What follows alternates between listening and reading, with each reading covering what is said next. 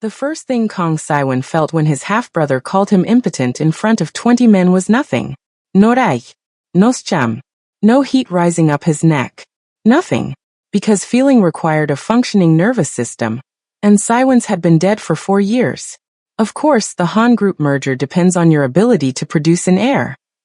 Taejun's voice sliced through the war room like a blade through silk, which, given your condition, might prove challenging. The obsidian conference table reflected 20 faces pretending not to hear. Saiwan watched them in the black mirror surface. Enforcers who'd killed for him, accountants who'd laundered billions, lawyers who'd buried evidence in legal graves. All of them suddenly fascinated by their phones. Cowards. Taejun leaned back in his chair, Ferragamo shoes propped on the table. 29. Muay Thai champion.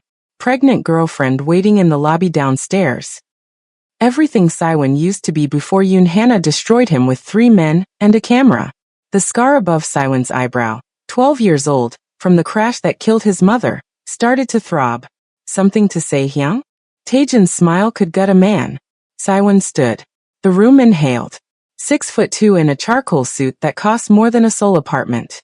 White tiger tattoo crawling up his ribs unfinished, the back half still blank skin waiting for him to earn it.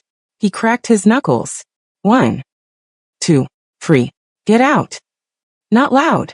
Saiwan never needed loud. Young. I said get out. The room evacuated like roaches from light. Taejun was last, pausing at the door with that practiced concern that made subordinates love him. The chairman wants to see you tomorrow. 8 a.m. About the succession clause. The door clicked shut. Silence. Saiwan turned to the floor-to-ceiling windows. Gangnam sprawled below, 50 stories of neon and money and people who thought they mattered. His reflection stared back. 34, heir to the Biko faction, crown prince of Seoul's most ruthless crime family. Broken.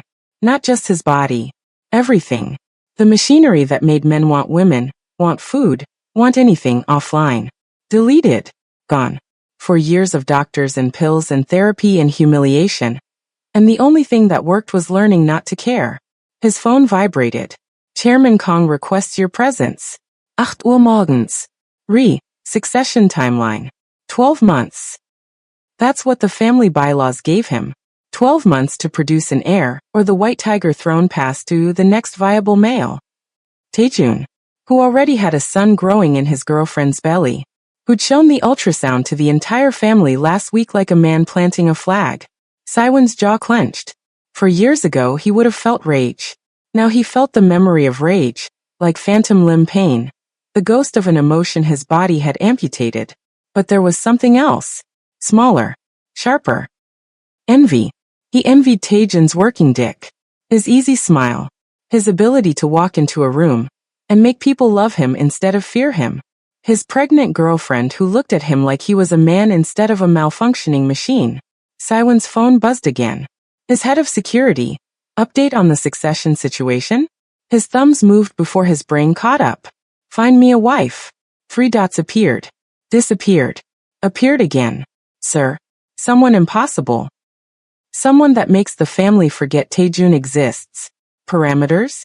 Saiwan looked at his reflection in the window. Dead eyes. Perfect suit.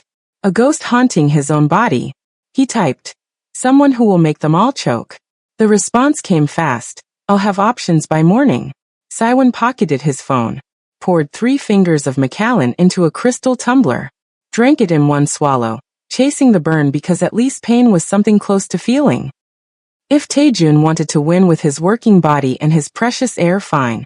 Saiwan would find a move so unexpected, so perfectly calculated to humiliate every person who'd ever pitted him, that they'd forget he was broken. He'd marry someone so impossible that Taejun's pregnant girlfriend would look ordinary. He'd make them all look at him again. Not with pity, with shock. 3 blocks away.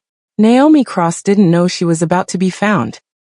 She sat alone at table 7 in a restaurant that cost a month's rent, celebrating the only way she knew how. Expensive wine and silence.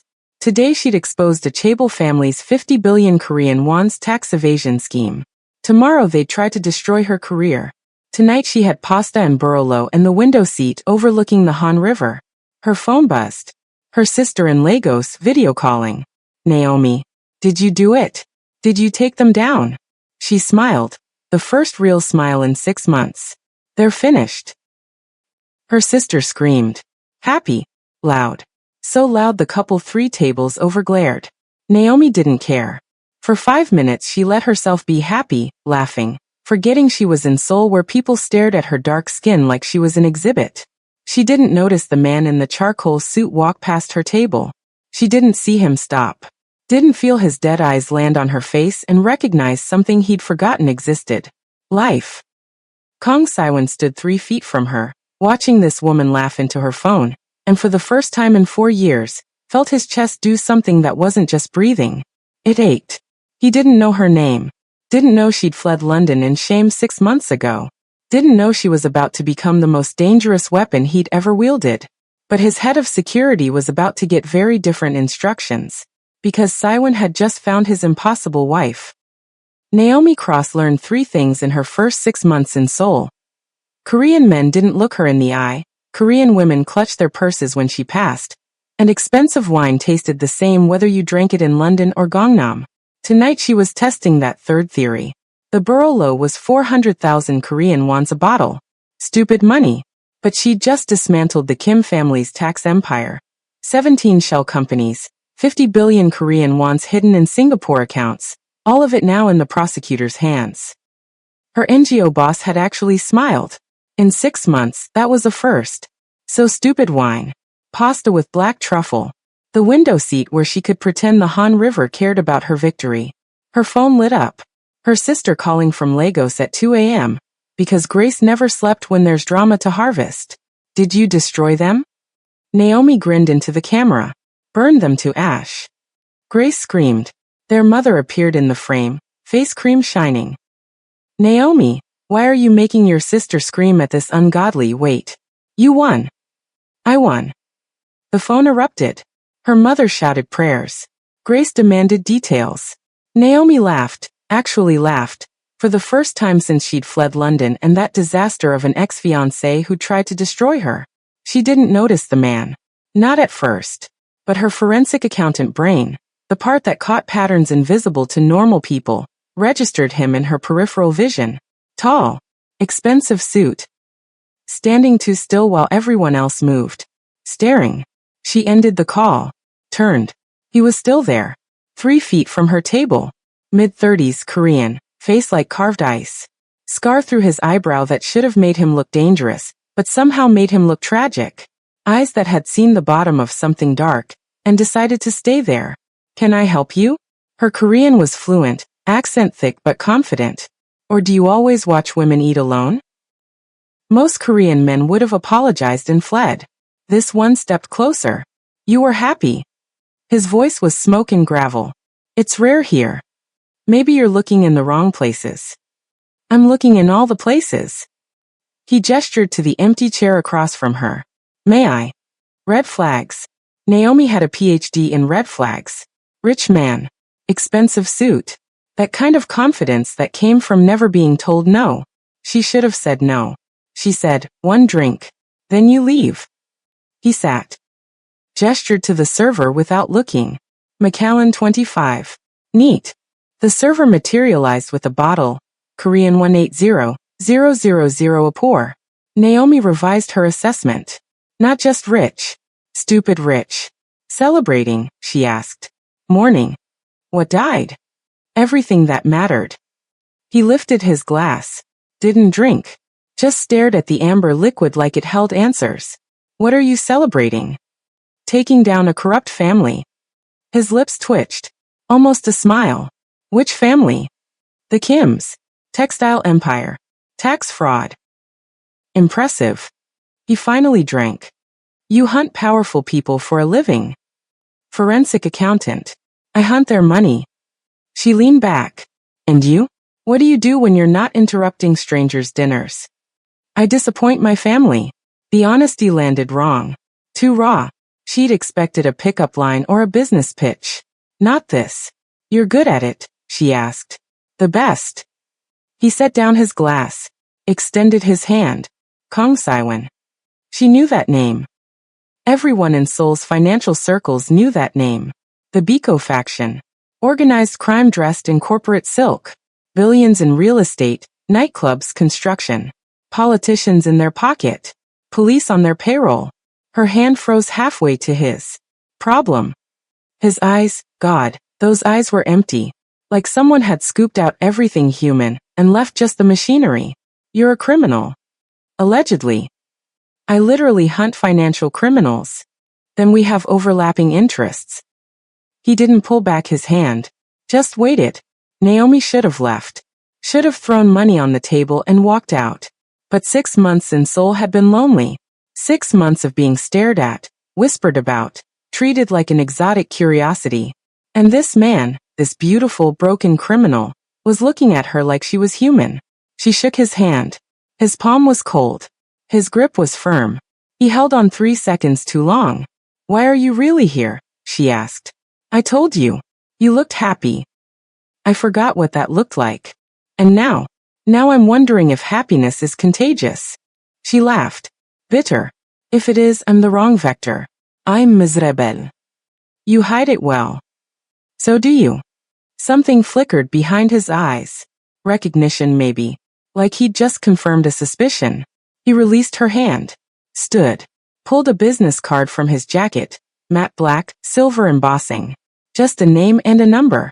I have a business proposition, he said. Nothing illegal. Possibly insane. Definitely lucrative. I don't take propositions from criminals. Not even 500 million Korean wons for 6 months of work? Naomi's breath caught. 500 million Korean wons. That was everything.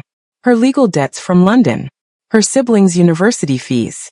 Her mother's dream house in Lagos. Freedom. What kind of work? His smile was a graveyard. Marriage. Her fork clattered to the plate. I need a wife, he continued. Voice flat like he was discussing stock prices. Temporary. Contractual. You'd attend events. Live in my home. Play the role convincingly. 6 months. Then we divorce quietly. You walk away wealthy. I walk away with what I need. Which is revenge. The word hung between them like a blade.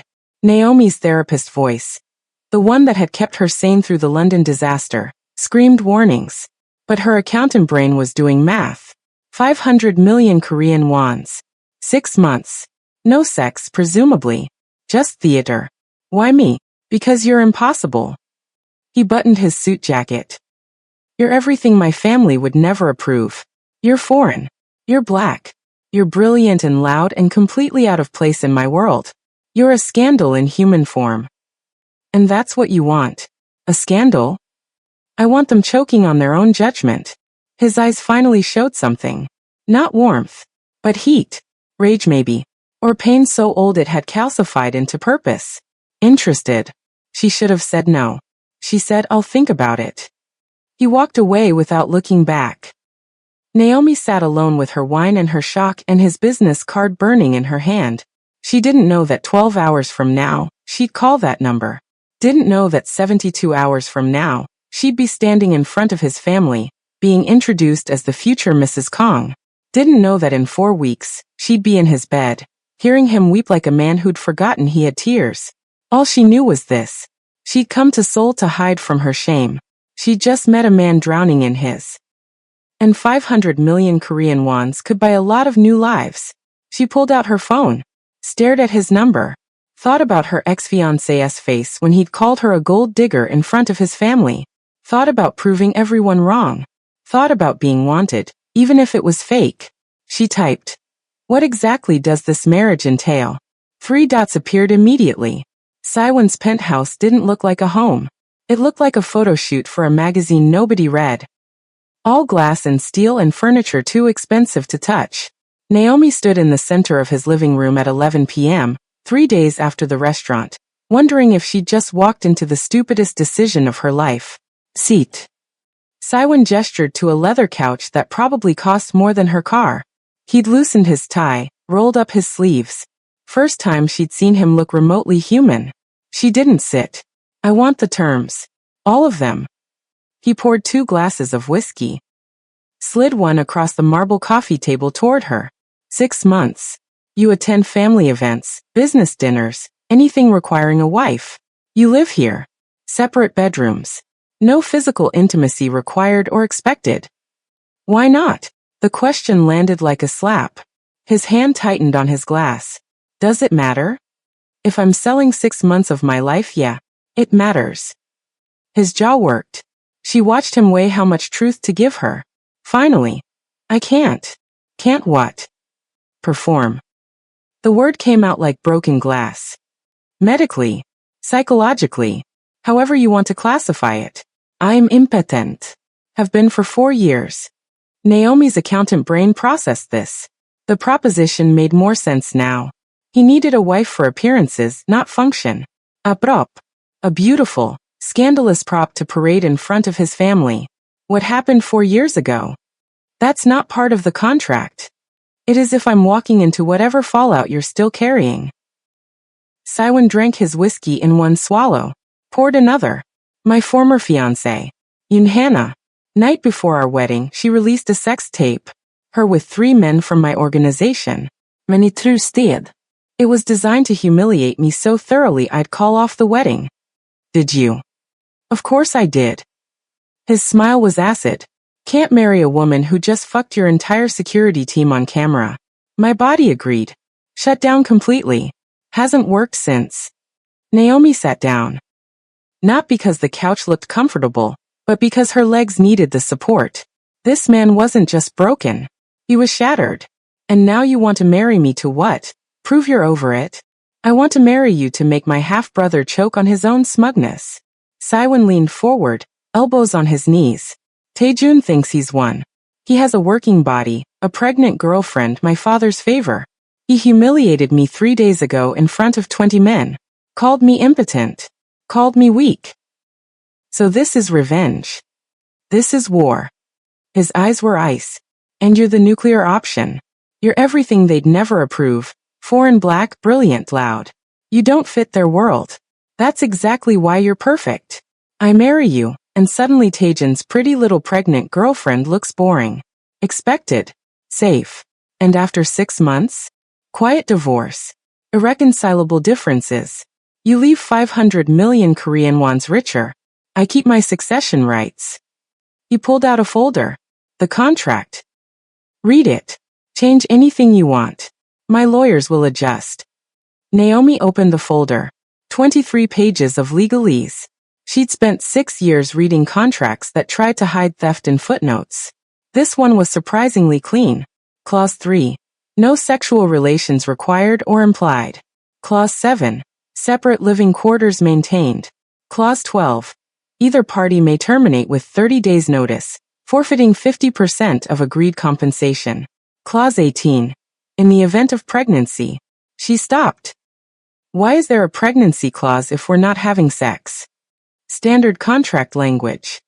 Nothing about you is standard. She kept reading. The clause outlined custody arrangements, child support, NDAs. Thorough. Too thorough for a marriage that explicitly excluded intimacy. What aren't you telling me? Saiwan stood. Walked to the floor-to-ceiling windows overlooking Seoul's glittering sprawl. My father gave me 12 months to produce an heir. If I don't, Taejun gets the succession. The pregnancy clause is there because after 6 months, I'll adopt a child through private channels. Claim it's mine through a surrogate. The contract protects you from any legal blowback from that. You're going to fake an heir. I'm going to secure my legacy. He turned. You'll be divorced and gone before any of that happens. This protects you. Completely. Naomi should have walked out. Should have thrown the contract in his face and run. But 500 million Korean wons. Her mother's house. Her siblings' futures. Her own freedom from the debt her ex-fiancé's lies had created. And something else. Something smaller and sharper. She wanted to matter. Even if it was fake. Even if it was just theater. She'd spent 6 months in Seoul being invisible, unless people wanted to gawk at her skin. This man was offering to make her the center of attention. To make powerful people uncomfortable, just by existing next to him. Fuck it. I want 600 million Korean wons. Saiwan's eyebrows lifted. Bold. You said I'm impossible. Impossible costs extra. She stood, walked to him. Met his eyes. And I want one more thing. Which is? Honesty. You lie to your family, fine. You lie to the world, fine. But you don't lie to me. Not once. We do this, we're partners. I need to trust you won't throw me to the wolves when it's convenient. He studied her. She felt the weight of his assessment. This man who'd spent 4 years feeling nothing, suddenly calculating if she was worth the risk. 600 million Korean wons, he finally said. And honesty. Deal. He extended his hand. She took it. His palm was still cold, but this time she felt a tremor. Barely there. Like his body wasn't sure if this was a threat or a lifeline. When, she asked. The wedding? 2 weeks. 2 weeks. She dropped his hand. That's insane. My father called an emergency board meeting for 3 weeks from now. Taejun's girlfriend is announcing her pregnancy publicly. I need to upstage that. We marry in 2 weeks, steal his thunder, make him look like an afterthought. Your family will lose their minds. That's the point. His smile was a weapon. Naomi Cross, will you marry me and help me destroy my brother's ego? She should have said no. She said, I want the 600 million Korean wons in writing by tomorrow. Done. And I pick my own dress. No input from you or your family. Agreed. And when this implodes, because it will, you don't blame me. You own it. I'll own every second. He picked up his glass, raised it. To the worst decision we've ever made. Naomi grabbed her glass, clinked it against his. To revenge and stupidity. They drank. She didn't know that in 11 days, she'd be walking down an aisle in a museum, wearing white with ankara trim, facing a room of people who looked at her like a disease. Didn't know that in 3 weeks, she'd watch Saiwon defend her against his grandfather with a fury that looked dangerously close to real. Didn't know that in 4 weeks, his cold hands would tremble against her skin, and his dead eyes would crack open, and he'd weep in her arms like a man remembering how to be human. All she knew was this. She'd just agreed to marry a broken mafia heir for 600 million Korean wons. And somehow, looking at him now, this beautiful, shattered man who'd forgotten how to feel. She wasn't sure which of them was using whom. Saiwon's phone buzzed. He glanced at it. His expression went flat. What? Naomi asked. Taejun. He's invited me to dinner tomorrow night. Him, his girlfriend, and a special guest. His knuckles went white around the glass. He's going to propose to her. Publicly. At my favorite restaurant. Let me guess. You're expected to attend and smile. Smile and congratulate him on winning. Saiwon's eyes were murder. He wants to watch me choke on it. Naomi made a decision. Reckless. Stupid. Perfect. Take me. What? To the dinner. Introduce me as your fiancé. We move the timeline up. Get engaged tomorrow, married in 10 days instead of 2 weeks. She stepped closer. You want to make him choke? Let's make him suffocate. Saiwon stared at her. Then he laughed, actually laughed. It sounded rusty, like a machine that hadn't been oiled in years. You're insane. You're paying me 600 million Korean wons to marry you for revenge. We're both insane. She held out her hand. Partners. He took it. This time his palm was warm. Partners. The restaurant was too bright. Too gold. Too full of people who mattered. Naomi walked in on Saiwon's arm wearing a dress that cost more than her rent. Emerald silk that made her dark skin glow like polished obsidian. Saiwon had sent it to her hotel that morning with a note. Wear this. Make them stare.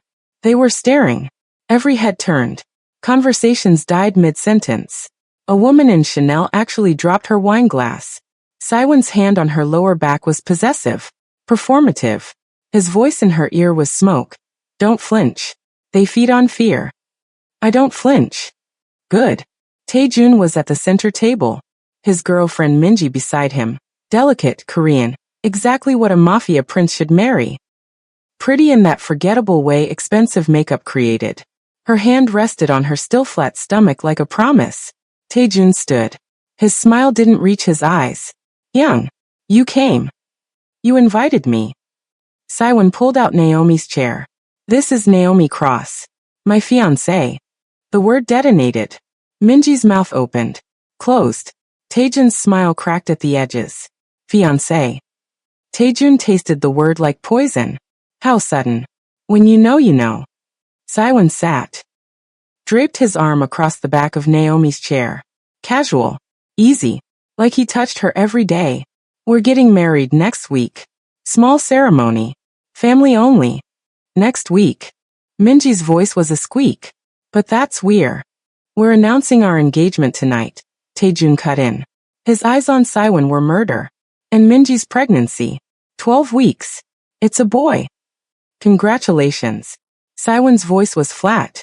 How wonderful. A shotgun wedding and an heir. Very traditional. Taejun's jaw clenched. And yours? Where did you find your bride? The pause before bride was a slap. Naomi felt Saiwon's hand tighten on her shoulder. She leaned forward. Smiled. All teeth. He found me taking down the Kim family's tax empire. I'm a forensic accountant. I hunt criminals for a living. Her eyes locked on Taejun. I'm very good at finding things people try to hide. The threat landed. Taejun's smile went nuclear. How exotic. Hyung always did have expensive tastes. He lifted his wine glass. To unlikely pairings. To surprises, Saiwon countered. They drank. The table filled with Taejun's friends. Younger members of the organization, all smiles and knives. They asked questions designed to humiliate. Where are you from? How did you meet? Aren't you worried about the cultural differences? Naomi answered everyone with surgical precision. Yes, she was from Nigeria. No, she wasn't worried about culture. She'd already survived London's racist elite. Seoul was easy by comparison. Yes, the marriage was fast, but when a man like Saiwon proposed, you didn't make him wait. That last part made Taejun's girlfriend choke on her water. Dinner arrived. Wagyu. Gold leaf. Excess masquerading as sophistication. Naomi ate like she belonged there. Like she'd been eating 500,000 Korean won's meals her whole life. Saiwon barely touched his food. His hand stayed on her shoulder. Possessive. But his fingers trembled. Just slightly. Only she could feel it. He was terrified. Not of Taejun. Of this. Of performing intimacy when his body had forgotten how. Of touching her in public and wondering if anyone could tell it was all theater. Under the table, Naomi reached for his other hand. Laced her fingers through his. Squeezed once. His fingers squeezed back. Grateful. Desperate. So Hyung. Taejun leaned back, swirling his wine. This wedding. Next week. Does father know? He will tomorrow. And he'll approve? Taejun's smile was a scalpel. Of you marrying a foreign accountant who hunts criminals? When you're supposed to be securing a merger with a respectable Korean family? I don't need his approval. Saiwon's voice dropped 20 degrees. I need a wife. I have one. The succession clause is satisfied.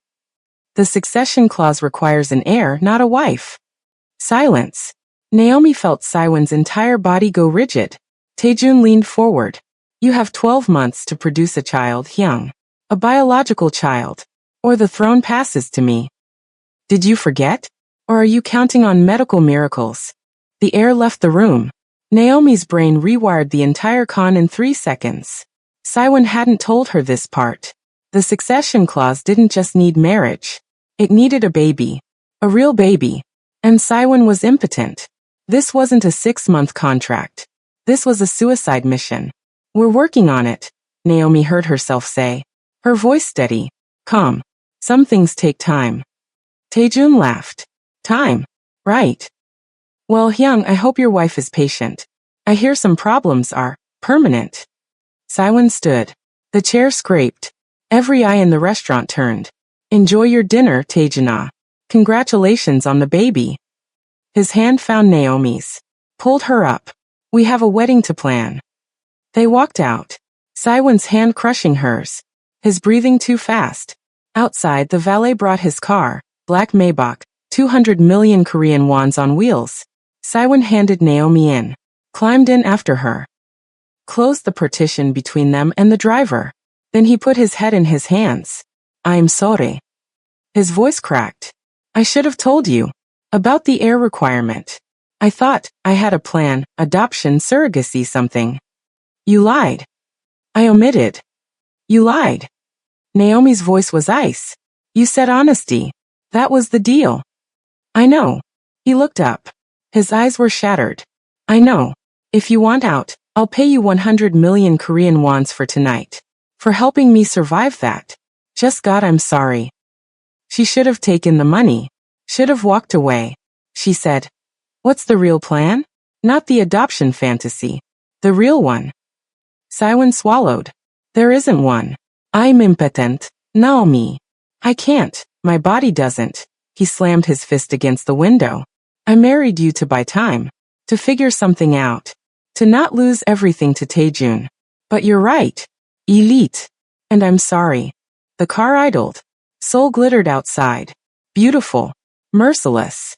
Naomi made a decision that would change everything. The wedding is still on. Siwon's head snapped up. What? We get married. We figure out the heir problem later. Together. She met his eyes. But no more lies. Ever. Or I walk, and I take 600 million Korean wons as a severance package for emotional damages. Clear. Crystal. Good. She settled back into the leather seat. Now take me home. I need to design a wedding dress that will make your family lose their minds. Siwon almost smiled. Almost. You're insane. You already said that. Worth repeating. The car pulled into traffic. Neither of them knew that in 6 days, they'd be married. In 3 weeks, his body would betray 4 years of silence. In 2 months, she'd be pregnant with the heir that was supposed to be impossible. All they knew was this. They were partners now. In a con that had just gotten infinitely more complicated. And somewhere in Seoul, Taejun was making plans to destroy them both. The wedding had been a massacre. Not violent. Worse. Public. Naomi had walked down the aisle of a modern art museum in a white dress with emerald ochre trim, and the Kong family had looked at her like she was a stain on their bloodline. Siwon's father didn't stand. His grandfather walked out. Taejun's smile was a knife counting her heartbeats. But she'd said, I do in front of 200 people, and Siwon had kissed her for the cameras. Cold lips, no feeling, pure performance. Now they were alone. Siwon's penthouse felt like a mausoleum. All glass and steel and silence. Naomi kicked off her heels in the foyer. Her feet screamed relief. Your room is ready. East Wing. Siwon's voice was professional. Distant. He loosened his tie, pulled it free. If you need anything. Stop. He froze. Naomi turned. You've been doing that all day. Treating me like a guest. Like I'm temporary. You are temporary. For 6 months, I'm your wife. Not your employee. She walked toward him, barefoot. Still in the wedding dress that had cost 15 million Korean wons. We just survived your family treating me like a disease. The least you can do is act like you chose me. I did choose you. Then stop running. His jaw clenched. I'm not running. I'm giving you space. We have an agreement. Screw the agreement. Naomi stopped 3 feet from him. You're terrified. I can see it. Every time you touch me in public, you're bracing for impact. Like your body's going to betray you. Because it will. The words came out jagged, raw. You don't understand. For 4 years I felt nothing. No decide. No response. Nothing. And now I'm supposed to pretend I'm this passionate groom when inside I'm just broken. Yeah, you've said. Naomi exhaled. Siwon, I didn't marry you expecting fireworks. I married you for 600 million Korean wons, and a chance to make my ex-fiancé choke on his own lies when he sees the photos. But we live together now. We can't spend 6 months performing in public and being strangers in private. That'll destroy us both. He looked at her. Really looked. What do you want from me? Honesty. You promised that. She stepped closer. What are you afraid of right now? This second. Siwon's hands flexed. Once. Twice. I'm afraid you'll try to touch me, and I'll feel nothing, and you'll look at me the way everyone does. Like I'm defective. I already know you're defective. You told me at the restaurant. Naomi reached up. Slowly. Gave him time to move. She touched his face. Traced the scar above his eyebrow. This is from your mother's accident, right? He nodded. Barely breathing. Does it hurt? No. But you touch it when you're anxious. I've watched you. Boardroom. Restaurant. Today during the vows. Her thumb brushed the raised skin. It's your tell. Stop analyzing me. I'm an accountant. I analyze everything. Her hand slid down to his jaw. He was trembling. Saiwen, I'm not going to seduce you. I'm not going to demand something you can't give. But you're allowed to be human with me. Understood? His eyes were doing something dangerous. Cracking. Like ice under pressure. I don't know how. Start small. Naomi took his hand. Placed it on her waist. The dress was silk. His palm was freezing through the fabric. See? You're touching me. The world didn't end. Naomi. You smell like whiskey and fear. She stepped closer. Their chests almost touching. I smell like shea butter and expensive perfume your stylist insisted on. We're two broken people in fancy clothes pretending we're whole. That's all this is. That's not all this is. His voice cracked. His hand on her waist tightened. I brought you into hell. My family will try to destroy you. Taejun will dig up every mistake you've ever made. You'll be photographed, dissected, turned into a racist cautionary tale. Let them. Naomi wrapped her arms around his neck. Not seductive. Grounding. Eve survived verse. London tried to bury me. I'm still here. Saiwen was shaking. Full body tremors. His forehead dropped to her shoulder. I don't feel anything, he whispered. For years. Nothing. I'm empty. Okay. Okay. You're empty. I believe you. Her hands moved to his hair. Slowly. Testing. But you're also shaking. And your heart is racing. I can feel it. So maybe you're not as empty as you think. His breath was hot against her neck. This isn't supposed to work. The doctors said. Screw the doctors. Then she did something reckless. She turned her head, pressed her lips to his temple. Not a kiss. Just contact. Warmth. Saiwen went rigid. Then. Something shifted. His hands moved from her waist to her back. Tentative. Exploring. Like he was remembering how bodies worked. His breathing changed. Faster. Shallower. Naomi. Her name in his mouth sounded like a prayer. Or a warning. I'm here. I can't if this doesn't. Then it doesn't. But stop narrating your failure before it happens. She pulled back. Met his eyes. They weren't empty anymore.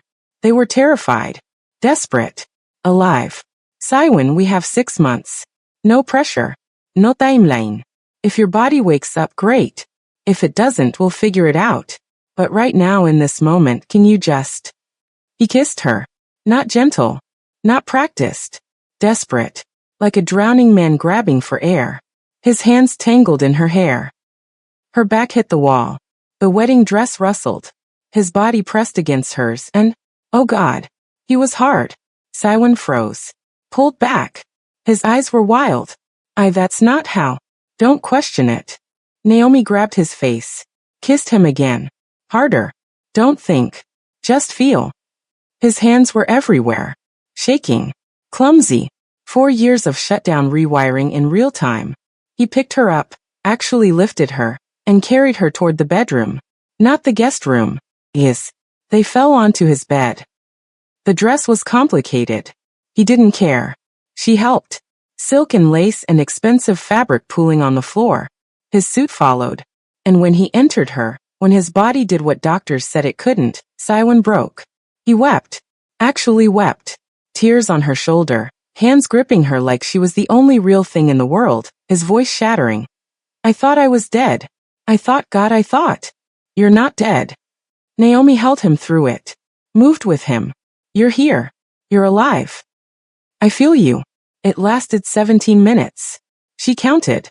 Not because she was clinical, but because she wanted to remember this. The moment a broken man remembered he was human. After they lay tangled. Silent. His head on her chest. Her fingers in his hair. This doesn't fix anything, he whispered. I know. Taejun will still.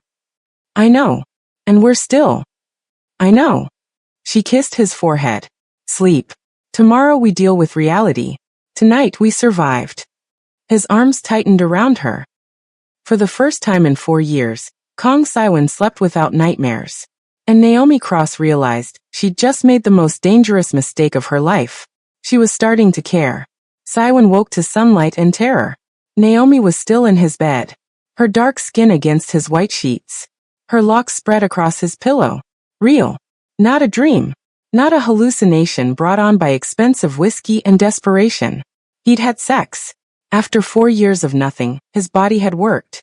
Completely. Perfectly. Catastrophically. Because now everything was different. He slid out of bed carefully. She didn't wake. He pulled on pants, padded to the kitchen in bare feet, started the espresso machine with shaking hands. The city sprawled below his windows. 50 stories of people who weren't having existential crises at 6 a.m. His phone buzzed. 23 messages. He scrolled. His father. We need to talk. Today. His grandfather. You've disgraced this family. Taejun. Congratulations on the wedding, Hyung. I'm sure it was very special. The last one came with a photo attachment. Saiwan opened it. His bedroom. Last night. Naomi in his arms. Visible through the floor-to-ceiling windows he'd forgotten to close. Some enterprising photographer with a telephoto lens had captured them mid-kiss. The photo was already online. Trending. Comments in Korean and English dissecting every angle. Is that really his wife? She's so black. Does he have a fetish? This is disgusting. This is beautiful. The Kong family must be losing their minds. Saiwan's hands clenched around the phone. How bad is it? He turned. Naomi stood in the doorway wearing one of his dress shirts. It hung to mid-thigh. Her hair was wild. Her eyes were sharp. He handed her the phone. She scrolled. Her expression didn't change. Professional. Like she was reading a financial report, not racist vitriol about her body. After 2 minutes, she handed it back. Your family's going to weaponize this. I know. Taejun probably hired the photographer. Probably. And you forgot to close the blinds because you were too busy. She stopped. Something flickered across her face. Never mind. Say it. Too busy remembering you're not broken. Her voice was soft. Dangerous. Saiwan, last night wasn't supposed to happen. We have a contract. Boundaries. Now we've. The elevator dinged. They both froze. Someone had override access to his private elevator. Only 3 people. His father, his head of security, and Taejun walked in. He stopped when he saw them. Saiwan shirtless. Naomi in his shirt. The bedroom visible behind them, sheets tangled, evidence everywhere. Taejun's smile was radioactive. Good morning, newlyweds. Did I interrupt? Yes. Saiwan didn't move. Get out. Can't. Father sent me. Emergency family meeting. 1 hour. Both of you. His eyes raked over Naomi. Slow. Insulting. Nice shirt. Very domestic. Naomi stepped forward. You have something to say, Taejun? Say it to my face. Just admiring my brother's taste. Though I have to wonder. Does he know you're only here for the money? Or does he actually believe you care? Saiwan moved before his brain caught up. 3 steps. His hand on Taejun's throat. Slammed him against the wall. Coffee cups rattled. Touch her. Look at her like that again. Say one more word about her motives. And I will end you. Brother or not. Understand? Taejun's smile never wavered. There he is. The real Saiwan. Violent. Possessive.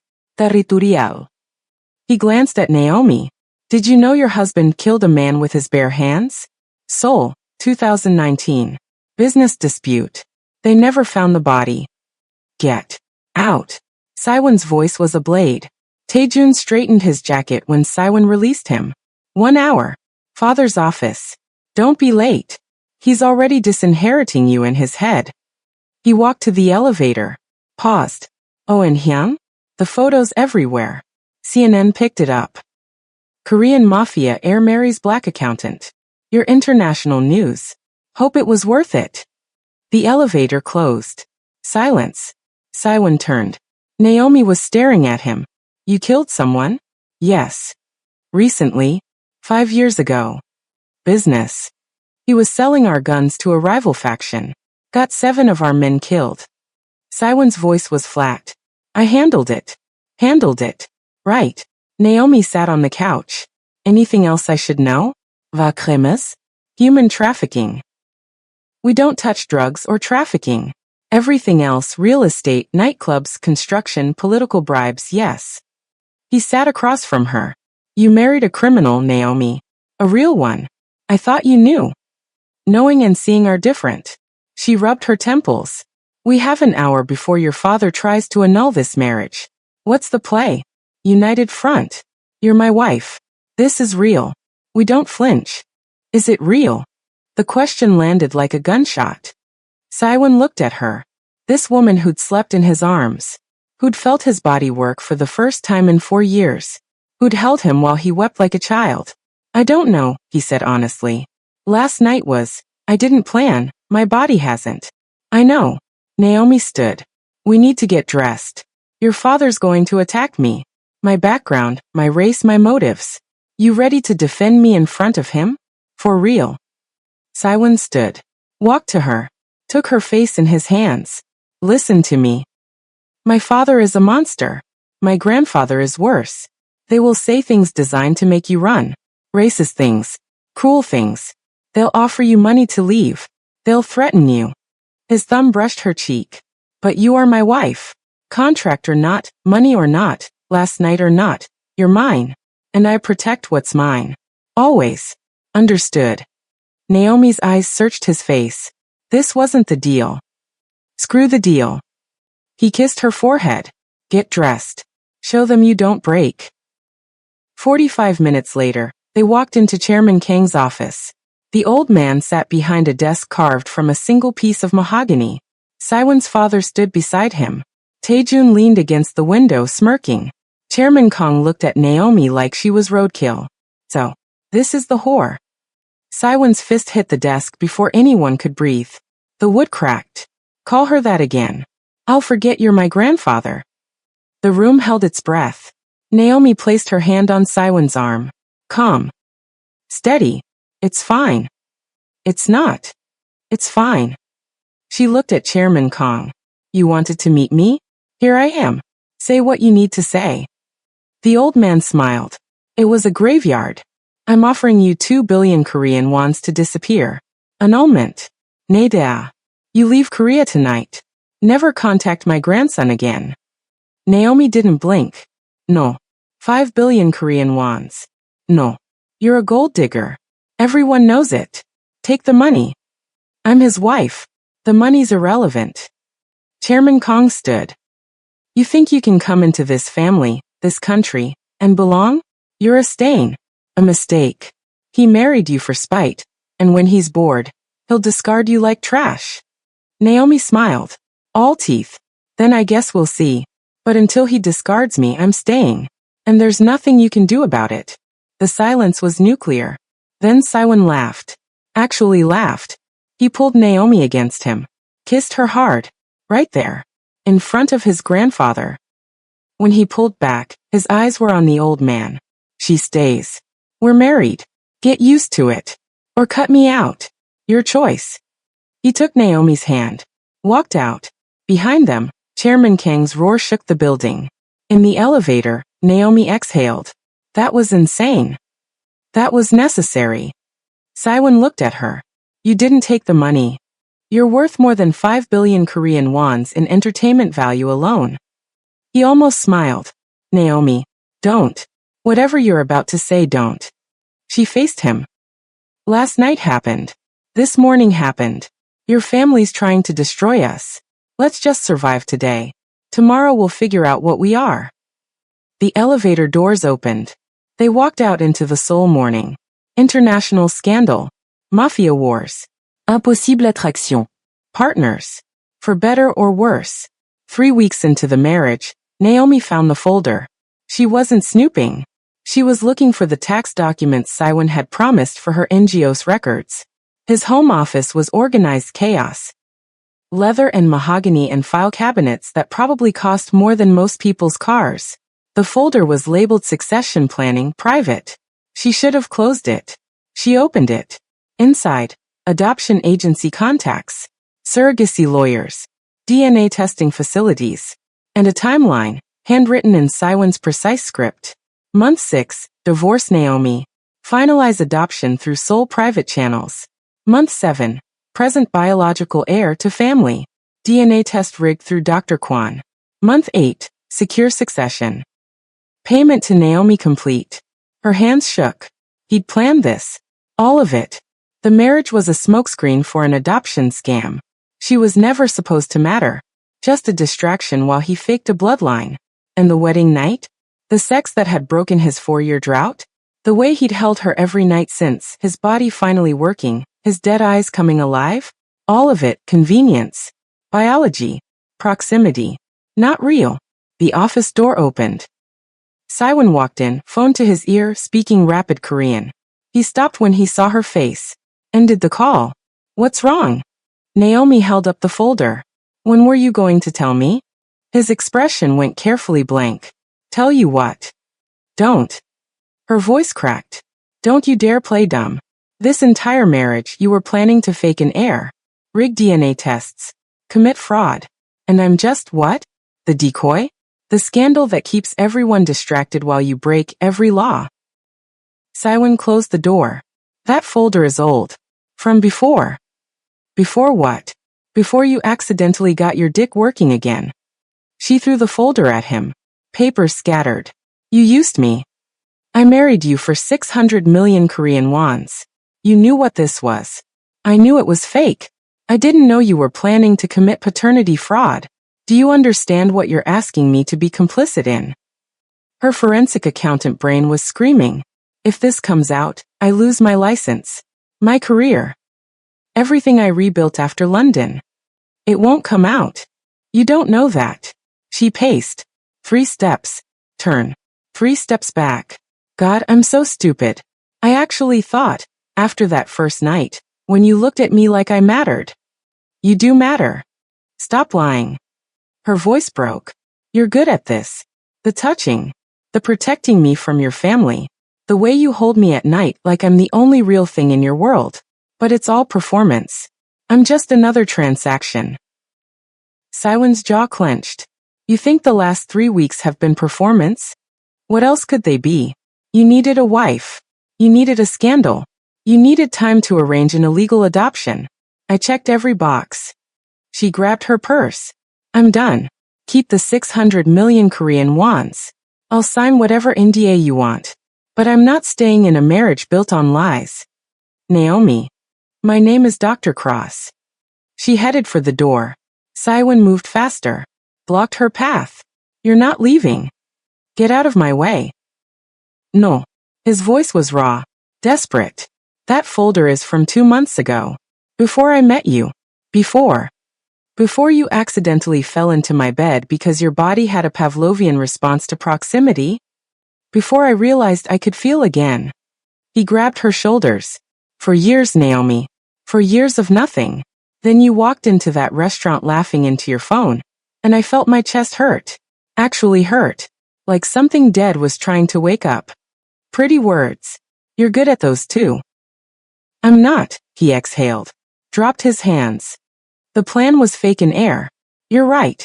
I was going to adopt, rig the DNA, divorce you quietly. But that was before. Before what? Before you. His eyes were doing that thing again, cracking, breaking. Before my body worked with you in my bed. Before I started sleeping through the night. Before I looked at you every morning and thought maybe I'm not completely destroyed. Naomi's throat tightened. You don't get to do this. You don't get to make me feel crazy for being angry. I'm not trying to. You lied. Honesty was the deal. The only thing I asked for. I didn't lie. I omitted. Same thing. She pushed past him. Made it 3 steps. I'm falling in love with you. She froze. Saiwon's voice behind her was barely a whisper. I didn't plan it. I didn't want it. But every morning I wake up and you're there, and I feel human. Every night you fall asleep on my chest, and I remember what peace feels like. You make me want to be better than what I am. Stop. Her voice was small. I don't know how to do this. I don't know how to separate what's real from what's contract. But I know I don't want you to leave. I know the thought of you walking out that door makes me feel like I'm dying again. Naomi turned. His face was wrecked. Vulnerable in a way she'd never seen. You were going to use me. Yes. And now I need you. He stepped closer. Not for the con. Not for the succession. For me. Because you're the only person who looks at me and sees something worth saving. I'm not your savior, Siwen.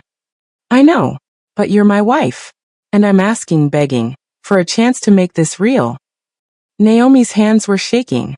What about the heir? Your father's deadline? Taejun. I don't care. You're lying. I'm not. He took her face in his hands. If I lose the succession, I lose it. But if I lose you, I lose the only good thing I've had in 4 years. She wanted to believe him. God, she wanted to. The folder. I'll burn it. Right now. In front of you. He was already moving, gathering the papers. He pulled a lighter from his desk drawer. Flicked it. The flame caught. Adoption contact. Surrogacy lawyers. Fraud timeline. All of it curling into ash in his metal wastebasket. There. Smoke rose between them. No more plan. No more backup. Just you and me. And if we can't produce an heir? If your body was a fluke? Then we figure it out together. As partners. For real this time. He reached for her hand. Naomi, I can't promise I won't screw this up. I'm a criminal who doesn't know how to love properly. But I'm asking you to stay. To try. To see if maybe we can turn this disaster into something real. She looked at the ashes. The destroyed evidence of his betrayal. His face, raw and honest for maybe the first time since she'd met him. She should have walked away. Should have protected herself. She said no more lies. Ever. About anything. No more lies. And we figure out the succession problem together. No solo planning. Together. And if you hurt me again, if you use me, I take everything. Your money, your reputation, your peace. All of it. Deal. He pulled her against him. Buried his face in her hair. I'm sorry. I'm so sorry. She held him. Hated herself for it. I'm an idiot. You're my idiot. They stood in his office, surrounded by smoke and promises, neither knowing that in 4 weeks, Naomi would discover she was pregnant. That the impossible heir was already growing inside her. That their pretend marriage had created something devastatingly real. But for now, they had this, ashes, honesty, and a fragile hope that broken people could build something whole. 2 months into the marriage, Naomi started throwing up. At first, she blamed the stress. Siwen's family was a constant war zone. His grandfather had cut off his trust fund. Taejun's girlfriend had given birth. A son, healthy, photographed extensively for the press. The air clock was ticking louder. But the nausea didn't stop. And her period, always punctual, always predictable, was 12 days late. She bought the test at a 24-hour pharmacy in Itaewon where nobody knew her face. Took it in a coffee shop bathroom at 11 p.m. Sat on the toilet lid while 3 minutes crawled by like hours. 2 lines. Pregnant. Her hands went numb. The test clattered into the sink. She was pregnant. With Siwen's baby. The impotent mafia heir, who wasn't supposed to be able to do this, had somehow. The wedding night. Every night since. His body working like a miracle. This wasn't supposed to happen. The contract explicitly excluded this. They'd been careful. Mostly careful. Sometimes he'd been so desperate, so hungry for her after 4 years of nothing, that careful had become secondary to feeling alive. And now she was pregnant with the one thing that could either save him or destroy them both. She drove home in a daze. The penthouse was dark except for Siwen's office light. He was always working, managing the parts of his criminal empire he could still control now that his family was actively sabotaging him. She found him at his desk, tie loosened, whiskey in hand, looking at financial reports like they held answers. We need to talk. He looked up. Saw her face. Set down the glass. What happened? Naomi closed the door. Locked it. Her hands were shaking. I'm pregnant. Silence. Siwen's face went through 5 emotions in 3 seconds. Shock. Disbelief. Hope. Terror. Something that looked dangerously close to joy. You're how when? Apparently your broken equipment works just fine. She sat across from him. Put the test on his desk. 8 weeks probably. Since the wedding night. He stared at the test like it might explode. This is we didn't the contract. I know. My father's succession clause. This solves. I know. Her voice was sharp. You get your heir. Your throne. Taejun loses. You win. Congratulations. Saiwon's eyes snapped to hers. You think that's what I'm thinking? Isn't it? No. He stood. Walked around the desk. Knelt in front of her chair. Naomi, I'm thinking about you. Are you okay? Do you want this? Because if you don't, if this is too much, we can. Can what? Abort the miracle baby that solves all your problems. She laughed. Bitter. Your family will love this. The black wife actually managed to get pregnant. What are the odds? Stop. His hands covered hers. This isn't about them. This is about us. You and me. Do you want this baby? The question cracked something in her chest. Did she want it? She'd never planned for children. Her career was everything. She'd fled London to rebuild herself, came to Seoul to hide, married Saiwon for money and spite and a chance to matter. But now there was a life growing inside her. Half her. Half him. A child that shouldn't exist but did anyway. I don't know, she whispered. I came here to survive. Not to build a family with a criminal I accidentally fell in love with. Saiwon froze. What did you say? You heard me. She wouldn't look at him. I fell in love with you. Somewhere between the wedding and the family wars and you holding me at night like I'm the only thing keeping you alive. I fell in love, and I hate myself for it because this was supposed to be temporary. Naomi. And now I'm pregnant, and I don't know if you're happy because you love me or because this baby saves your empire. Her voice broke. I don't know if I'm a wife or a broodmare. Saiwon stood, pulled her up with him. His hands cupped her face, forcing her to meet his eyes. Listen to me. I love you. Not the baby. Not the succession. You. The woman who walked into my family's hell wearing emerald silk and didn't flinch. The woman who holds me when I wake up from nightmares about Hannah. The woman who makes me feel human after 4 years of being dead. You love the idea of me. I love you yelling at me for forgetting to close the blinds. I love you cooking Nigerian food in my sterile kitchen. I love you correcting my English grammar. I love you defending yourself against my grandfather like a queen. His thumbs brushed her tears. I love you, Naomi Cross. Not Dr. Cross the accountant. Not Mrs. Kong the scandal. You. The woman. Messy and brilliant and terrified and brave. She was crying. Full body sobs. This is insane. Completely. He kissed her forehead, her cheeks, her lips. But I need to know. Do you want this baby? Not because of me. Not because of the succession. For you. Naomi closed her eyes. Thought about a child with Saiwon's sharp features and her dark skin. A child who'd be mixed in a country that barely tolerated difference. A child born from a contract that became real. She opened her eyes. Yes. I want this baby. Saiwon's smile was devastating. Real. The first genuine joy she'd seen on his face since they met. Then screw the contract. Screw the succession. Screw all of it. He dropped to his knees again. Pressed his forehead to her stomach. We do this together. As a family.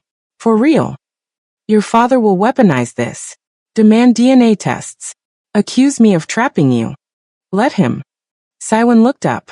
I don't care what they think anymore. I care about you. And our baby. That's it. Taejun will lose his mind. Good. Let him choke on his envy. Saiwon stood. Pulled her against him. We tell no one. Not yet. Just us. We figure out what we want before the world gets involved. Naomi nodded against his chest. I'm scared. Me too. What if you stop loving me when this gets hard? What if I love you more? He tilted her chin up. Naomi, I was a dead man before you. You gave me back my body, my feelings, my hope. You think a baby is going to make me love you less? I'm going to love you more every day for the rest of my life, and it's going to terrify me, and I'm going to do it anyway. She kissed him. Hard. Desperate. Grateful. When they pulled apart, Saiwon's eyes were wet. We're having a baby, he whispered. Awe in his voice. We're having a baby. He laughed. Actually laughed. Picked her up. Spun her once. Set her down gently like she was made of glass. Careful. I'm not fragile. You're carrying my child. You're fragile to me. They stood in his office, surrounded by financial reports and criminal empire documents, holding each other like the world outside didn't exist. Neither knew that Taejun had already hired a private investigator. That in 2 weeks, he'd discover the pregnancy before they announced it. That he'd tell their father first, demanding DNA tests, claiming fraud. That the final war was about to begin. But tonight they had this. 2 broken people, accidentally in love, creating life against all odds. Naomi pulled back. I need to tell you something else. What? My ex-fiancé in London. When he destroyed my career, part of his smear campaign was accusing me of faking a pregnancy to trap him. It wasn't true. But everyone believed him. Her voice was small. If your family finds out I'm pregnant, they'll say the same thing. That I planned this. That I'm a gold digger who baby-trapped you. Siwon's expression went nuclear. Then we get ahead of it. We tell them together. On our terms. And if anyone, calls you a gold digger, I'll personally remind them what happens when people disrespect my wife. Violence isn't the answer. It is when they attack you. She almost smiled. You're a terrible influence. You married a criminal. What did you expect? Not this. Not love. Not a baby. Not hope. Hope is dangerous, Siwon said softly. But I'm willing to risk it. Are you? Naomi looked at this man, this beautiful, broken mafia heir who'd forgotten how to feel until she reminded him, and made a choice. Yes. I'm all in. Then let's burn the world down together. They sealed it with a kiss. Outside, Seoul glittered. Inside, 2 people built something real from ashes and contracts and impossible love. The storm was coming, but for now they had each other. And a baby that proved miracles still existed. The call came at 3 a.m. Siwon's head of security, voice clipped. Sir, we have a situation. Taejun knows about the pregnancy. Naomi was still asleep, her hand resting on the barely there curve of her stomach. Siwon slipped out of bed, pulled on pants, took the call in his office. How? He bribed a nurse at the clinic where Mrs. Kong had her first appointment. Got copies of the blood work. He's already contacted your father. They're demanding a family meeting. 8 a.m. Both of you. Non negociable. Siwon's fist slammed the desk. Son of a bitch. There's more. Taejun's hired a private investigator. They've been digging into Dr. Cross's background. London scandal, the ex-fiancé's accusations, everything. He's building a narrative. What narrative? That she's a con artist who baby-trapped you. That the pregnancy is convenient timing. That she's exactly what she was accused of in London. A gold digger who fakes pregnancies to secure wealthy men. The room tilted. Siwon gripped the edge of the desk. That's not. The London accusation was false. Proven false. Doesn't matter. Taejun's spinning it. And your father's already drafting paperwork for a mandatory paternity test. They want DNA confirmation before the family acknowledges this child. Siwon's vision went red. They want to DNA test my wife like she's a criminal? They want to prove the baby isn't yours. That she's lying. I'll kill him. Siwon's voice was ice. I'll actually kill him. Sir, with respect, that won't help Dr. Cross. You need a strategy, not violence. Siwon ended the call. Stood in the dark office, surrounded by the empire he'd bled for, and realized it was all worthless if he lost her. He went back to the bedroom, sat on the edge of the bed. Naomi stirred. Siwon. Her voice was sleep-rough. What time is it? Early. We need to talk. She sat up, instantly alert. What happened?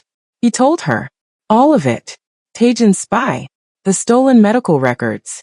The investigator. The DNA test demand. Her ex-fiancé's lies being resurrected as ammunition. With every sentence, he watched her face close. Harden.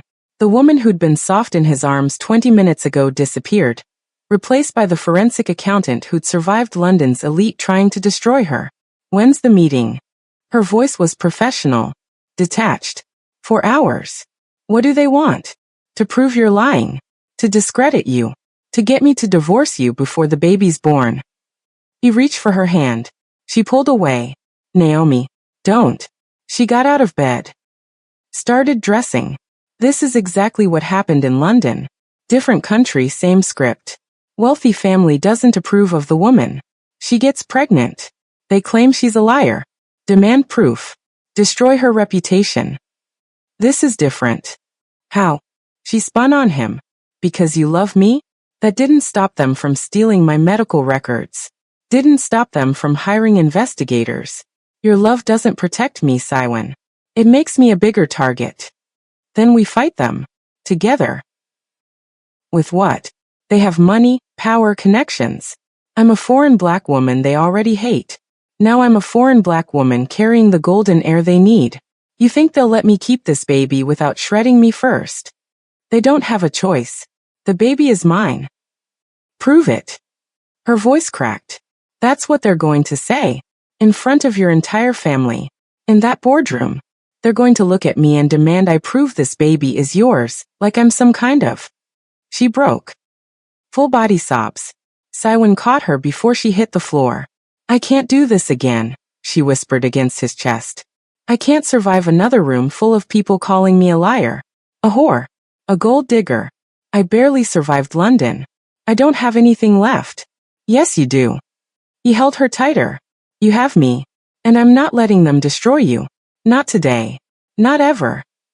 You can't stop them. Watch me. 4 hours later. Chairman Kang's office. The room was packed. Chairman Kang behind his desk. Siwon's father to his right. Taejun leaning against the window, arms crossed. Victory already written on his face. 4 lawyers. 2 board members. All men. All Korean. All looking at Naomi like she was evidence in a crime scene. Siwon held her hand. She sat rigid, spine straight, face carefully blank. Chairman Kang spoke first. We understand congratulations are in order. A pregnancy. How fortunate. Fortunate. Siwon's voice was a blade. My wife is pregnant with my child. Yes. Congratulations seem appropriate. Your child. Taejun pushed off the window. That's the question, isn't it, Hyung? You've been impotent for 4 years. Documented. Multiple medical professionals. Then you marry this woman. He gestured at Naomi like she was a stain. And suddenly, miraculously, you're fertile again? Forgive us for being skeptical. My medical history is none of your business. It is when you're claiming paternity of the Kang heir. Siwon's father slid a folder across the desk. We're requiring a paternity test. Non negociable. Naomi's hand tightened in Siwon's. He felt her trembling. No, Siwon said. The room went silent. No. His father's voice could freeze blood. You're refusing? I'm refusing to subject my pregnant wife to your paranoid conspiracy theories. The baby is mine. That's the end of the discussion. Then prove it. Taejun stepped forward. Simple DNA test. Takes 5 minutes. Unless you're afraid of what we'll find. I'm afraid of nothing. But I won't humiliate my wife. I'll do it. Everyone turned. Naomi stood. Her voice was steady, cold. I'll take your DNA test. Right now. In front of all of you. She looked at Taejun. And when it comes back confirming this baby is Siwon's, you're going to apologize. Publicly. In front of this entire organization. And you're going to admit you hired investigators to violate my medical privacy. Agreed. Taejun's smile faltered. You're very confident. I have nothing to hide. Do you agree to the terms or not? Deal. Taejun's smile returned. Sharper. And when the test proves otherwise, you leave Korea. Tonight. No severance. No contact. Gone. Naomi, don't. Siwon started. Agreed, she said. The room erupted. Siwon pulled her aside. What are you doing? Ending this. Her eyes were fierce. They want proof? Fine. Let's give them proof. But I'm doing this my way. No more victim. No more running. One of the lawyers produced a DNA testing kit. Naomi didn't flinch. Cheek swab.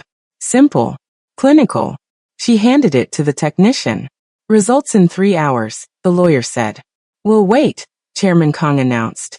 3 hours. In that boardroom. All of them. Watching Naomi like she was a bomb about to detonate. Siwon sat beside her.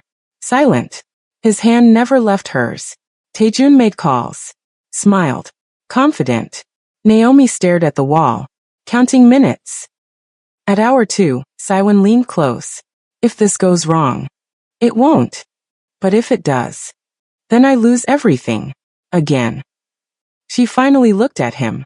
But I'd rather lose knowing I fought than spend the rest of my life wondering if I should have run. He kissed her temple. You're the bravest person I've ever met. I'm terrified. Brave people usually are. At hour 3, the lawyer's phone rang. He listened. His face went pale.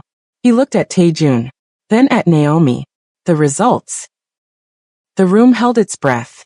Paternity confirmed. 99.9% probability. Kang Saiwan is the biological father. Silence. Then Naomi stood. Walked to Taejun. Stood 3 inches from his face. You owe me an apology. Publicly. Now. Taejun's face was nuclear. This doesn't prove. It proves everything. You called me a liar. You violated my medical privacy. You tried to destroy me the exact same way my ex-fiancé did. Her voice dropped to a whisper. But I'm still standing. And you're still pathetic. She turned to Chairman Kang. This baby is your great-grandchild. A Kang. Whether you like it or not. Whether I'm Korean or not. Whether you approve of me or not. This child exists. And if you try to take them from me, I will burn this family to ash. Legally. Publicly. Permanently. Are we clear? The old man stared. For the first time in 50 years, he had no response. Naomi took Saiwan's hand. We're leaving. Don't contact us unless you're ready to apologize. They walked out. In the elevator, Naomi collapsed against the wall. Saiwan caught her. You did it, he whispered. You won. I didn't win. I survived. There's a difference. Naomi. Take me home. I need to sleep for a week. They went home. She slept. He held her. Protected her. Loved her with an intensity that scared him. Outside, Taejun was making plans. Darker plans. Dangerous plans. But inside, 2 people who'd built something real from lies were finally, truly, impossibly safe. For now. 6 weeks after the DNA test, Saiwan's father died. Heart attack. Sudden. Clean. The kind of death powerful men got when their empires collapsed faster than their bodies could handle. The funeral was a spectacle. Politicians. Judges. Criminals in 50 million Korean won suits pretending they were legitimate businessmen. Naomi stood beside Saiwan in black Givenchy, 18 weeks pregnant, her stomach finally showing. People stared. They always stared. But this time, something had shifted. The DNA test results had leaked. Of course they had. This was Seoul's underworld where information was currency. Now when people looked at her, they weren't just seeing the scandal. They were seeing the future. The woman carrying the next Kang heir. After the burial, Chairman Kang called an emergency succession meeting. The old man had aged 10 years and 6 weeks. His son was dead. His dynasty was fracturing. And his 2 grandsons were at war. The boardroom was familiar. Same obsidian table. Same floor-to-ceiling windows. Same suffocating weight of legacy and blood money. But this time Naomi wasn't afraid. Chairman Kang stood at the head of the table. My son is dead. The Biko faction needs leadership. Today we decide succession. Taejun straightened. His son, 4 months old, photographed extensively, was currently with his mother in the lobby. Physical proof of his claim. The bylaws are clear. Eldest son of the direct line inherits. That's me. The bylaws require competence and family stability. Chairman Kang's voice was gravel. You've demonstrated neither. Your investigation into your brother's wife was reckless. Illegal. You violated medical privacy laws. If Dr. Cross wanted to press charges, you'd be facing prison time. Taejun's face went white. I was protecting the family. You were protecting your ego. The old man turned to Saiwan. And you. You married a foreigner out of spite. Brought shame to this family. Flaunted our traditions. Saiwan stood. I married the woman I love, who happens to be carrying your great-grandchild, a verified Kang heir, which is more than you required. Love. Chairman Kang spat the word like poison. You think love matters in this world? This empire was built on fear and power, not sentiment. Then your empire is dying. Saiwon's voice was ice. Because fear only works until people stop being afraid. And I'm not afraid of you anymore. The room held its breath. I'm stepping down, Saiwon continued. From succession. From the organization. All of it. Chaos. Taejun's face shifted from shock to savage joy. The board members erupted in Korean. Chairman Kong slammed his cane on the table. You're abdicating? I'm choosing my family over yours. Saiwon looked at Naomi. She was crying. Silent tears streaming down her face. My wife spent 6 months being treated like a criminal by this family. Investigated. Violated. Humiliated. And she's still here because she's stronger than all of you combined. I won't subject her to another day of your poison. You're throwing away your birthright. I'm claiming a better one. Saiwon pulled Naomi to her feet, placed his hand on her stomach. This child will never know you. Will never be part of your empire. Will grow up free from this legacy of violence and shame. That's my choice. Taejun laughed. Actually laughed. You're giving me everything. The company. The power. Everything you fought for. I'm giving you a cage. Saiwon's smile was a blade. Enjoy it. You'll spend the rest of your life managing father's mess. Answering to the old man. Performing for people who'll never respect you. You wanted my life? It's yours. Every suffocating second of it. He turned to Chairman Kong. We're leaving Seoul. I've already transferred my clean assets, the legitimate real estate, the legal investments, into a trust for my family. The criminal empire? That's yours and Taejun's problem now. Where will you go? The old man's voice was smaller, older. Jeju Island. Naomi wants ocean views and fresh air for the baby. I want to wake up without blood on my hands. Saiwon took Naomi's hand. We're done here. You'll have nothing, Taejun called after them. No power. No respect. No legacy. Saiwon stopped at the door. Looked back. I'll have everything that matters. You'll spend your life figuring out the difference. They walked out. In the elevator, Naomi finally spoke. You just gave away billions. I gave away poison. Your grandfather doesn't get to meet our child. Ever. That's non-negotiable. Saiwon, her voice broke. You loved that empire. It was your identity. No. He turned her to face him, wiped her tears with his thumbs. It was my prison. You're my identity now. You and this baby. Everything else is just noise. The elevator doors opened to the lobby. Taejun's girlfriend sat with her son, surrounded by bodyguards. She looked up as they passed. Her eyes were sad. Knowing. She understood. She was living the life Naomi had just escaped. Outside, Seoul glittered in the October sunset. Saiwon's Maybach was waiting. Where to? The driver asked. The penthouse. We're packing. They spent 3 days dismantling his life. Naomi's artwork went into crates. His mother's photos, the only things he'd kept from before, wrapped carefully in tissue. The white tiger tattoo on his ribs remained unfinished. He'd never complete it. That life was over. On the 4th day, they drove to Jeju. The house was small by Saiwon's standards, only 2,000 square feet, but it had ocean views and a garden where Naomi could grow tomatoes and peppers. She'd laughed when she saw it. Actually laughed. This is what 500 million Korean wons buys on Jeju. This is what freedom costs. He carried her over the threshold. Like it. I love it. They settled in. Slowly. Carefully. Learning how to be normal people. Saiwon consulted for legitimate businesses. His criminal strategy brain was useful for corporate warfare, just legal this time. Naomi freelanced for international NGOs, hunting financial crimes from her home office. At night, they cooked together. She taught him to make jollof rice. He taught her to make kimchi jjigae. Their kitchen became a fusion of cultures, like their marriage. The baby came in March. A girl. Skin the color of honey over midnight. Naomi's darkness, Saiwon's light, blended into something entirely new.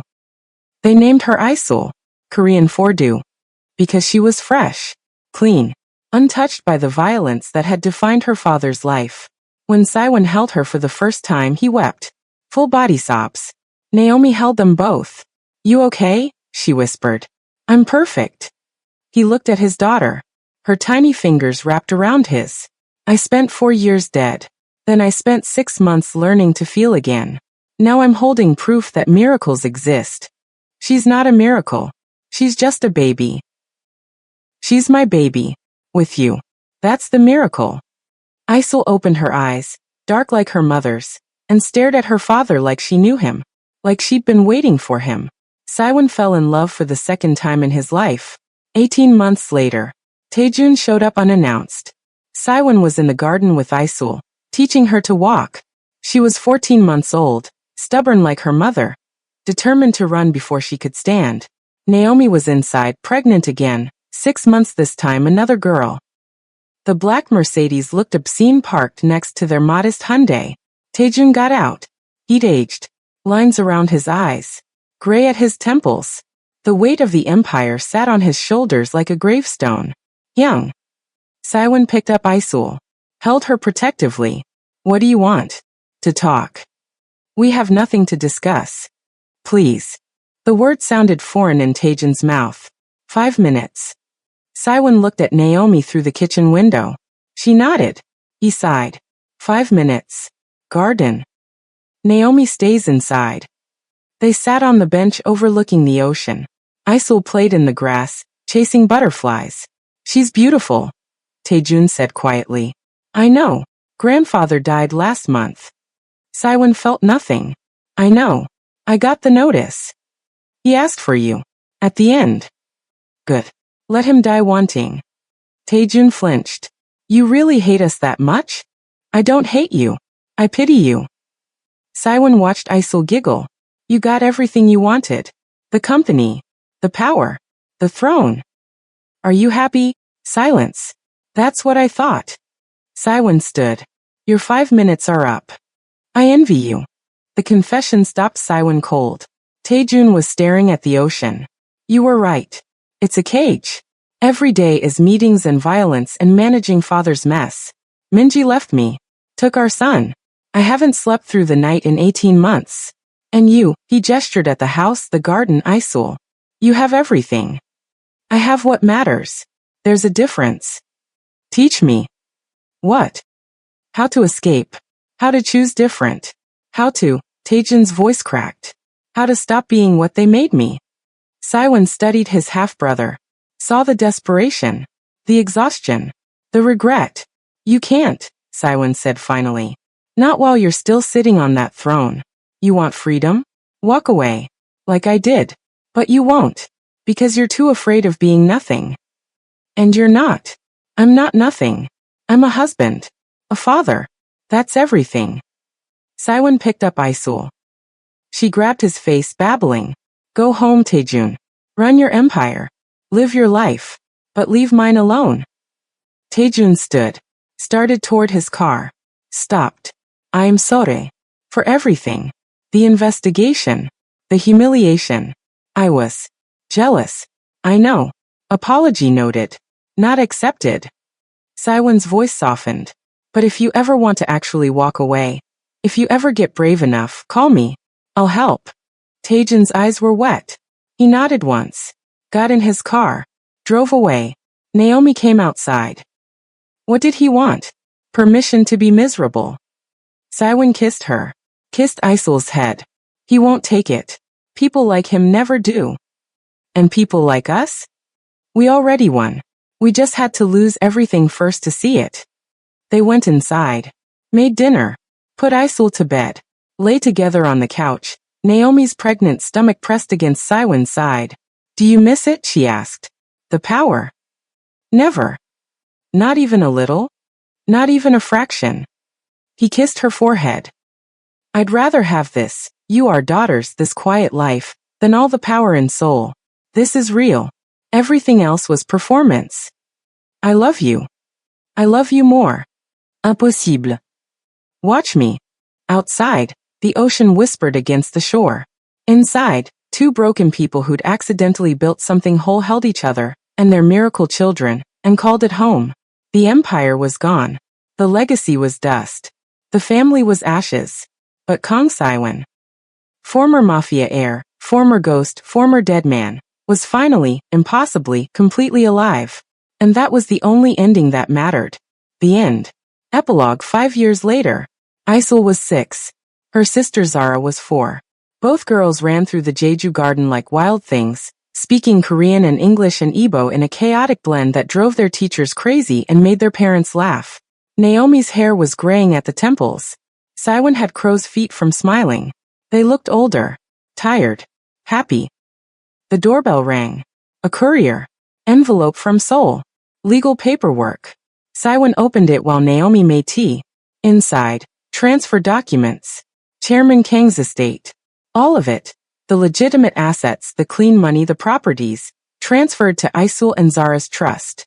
A note in the old man's handwriting. For my great-granddaughters. May they build something better than I did. Siwon showed Naomi. She cried. He never even met them. He knew about them. That was enough. Siwon burned the note. Kept the documents. The girls will decide what to do with it when they're older. Maybe they'll build hospitals. Maybe they'll burn it all. Their choice. Like it should be. Like it should be. They watched their daughters play. Mixed. Beautiful. Free. Proof that love could break curses. That broken people could heal. That miracles happened when you stopped performing and started living. And somewhere in Seoul, Taejun sat in his grandfather's office, managing an empire, and wondered what his life would have been if he'd been brave enough to choose differently. But that was his story. This one belonged to Siwon and Naomi, and it had a happy ending.